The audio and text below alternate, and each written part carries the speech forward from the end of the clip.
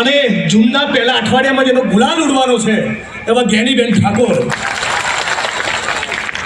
20 તારીખે યુવાનો અને દલિત સમાજની એક સંયુક્ત મીટિંગ એ થરાદની ધરતી પર કરીએ તારા લાકડા તોડ બેટિંગ કરીશ 40 મિનિટ.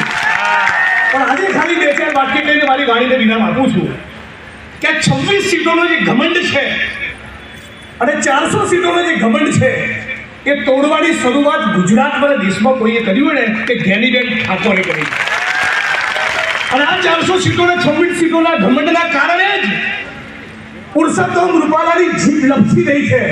અને એટલે કહેવા માંગીએ છીએ જે ગઈકાલના ક્ષત્રિય સમાજનો વાત થઈએ કે તમે જે બેન દીકરીનું અપમાન કર્યું છે ક્ષત્રિય સમાજની નહીં, એ સમગ્ર ભારત ભૂમિની, એ સમગ્ર ગુજરાતની, એ સમગ્ર ગુજરાતની બેન દીકરીની માતાનું અપમાન કર્યું છે. એટલા માટે એ દલિત